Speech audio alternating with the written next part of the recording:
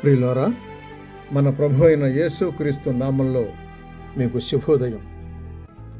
ఆయనను గూర్చి అనుదిన ఆత్మీయ ఆహారం, నవంబర్ 29 శనివారం. నేటి మన ధ్యాన లేఖనం యోహాను వ్రాసిన 2వ పత్రిక 7వ వచనం. యేసుక్రీస్తు శరీరధారియే వచ్చినని ఒప్పుకొనని వంచకులు అనేకులు లోకములో బయలుదేరి ఉన్నారు.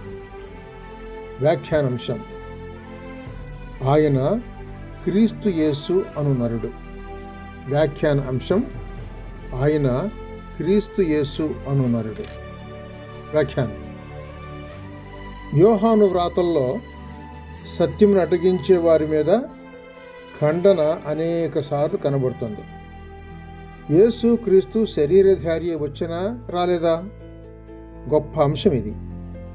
యేసు క్రీస్తు నిరాక్షేపంగా నమ్మి చేకొనవలసిన క్రైస్తవ సిద్ధాంతాల్లో ఆయన సశరీరుడుగా ప్రత్యక్షుడయ్యను అన్నది దైవభక్తిని గూర్చిన గొప్ప మర్మమునకు చేరిన భాగమై ఉంది.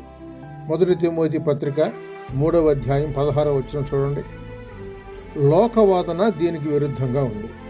ప్రతి మానవుడు తనంతట తానే జ్ఞాన మార్గాన్ని అనుసరించి కష్టపడి వెదకి దేవుణ్ణి కనుగోవాలి అంటారు. మానవుని స్వయం కృషి వలననే దేవుడు గోచరం అవుతాడు అని మానవుని సిద్ధాంతం. క్రమక్రమేణా మానవుడు పైకి వచ్చి గొప్ప స్థితిని చూచాడు కనుక మరింత పైకి వస్తే దేవునిలో లీనమవుతాడు అని ఈ లోక జ్ఞాన మార్గం చెబుతోంది. ఈ మార్గం చొప్పున వెళితే రక్షకుడు దిగి వచ్చెను అను సత్యానికి చోటే లేదు. ఇక ప్రతివాడు తన్ను తానే రక్షించుకొనవలెను. పరిణామవాద సిద్ధాంతం ఇంతే. ఆరంభ దశలో పురుగుగా ఉన్న మానవుడు కాలాంతరాన కోతి అయి క్రమేణ కోతి రూపమును వదులుకొని ప్రస్తుత మానవ స్థితికి కష్టపడి వచ్చెను అని అంటారు. వీటికి విరుద్ధంగా దైవవచనం చెప్పుచున్నది ఏంటంటే, నరునికి రక్షకుడు వేరుగా ఉన్నాడు.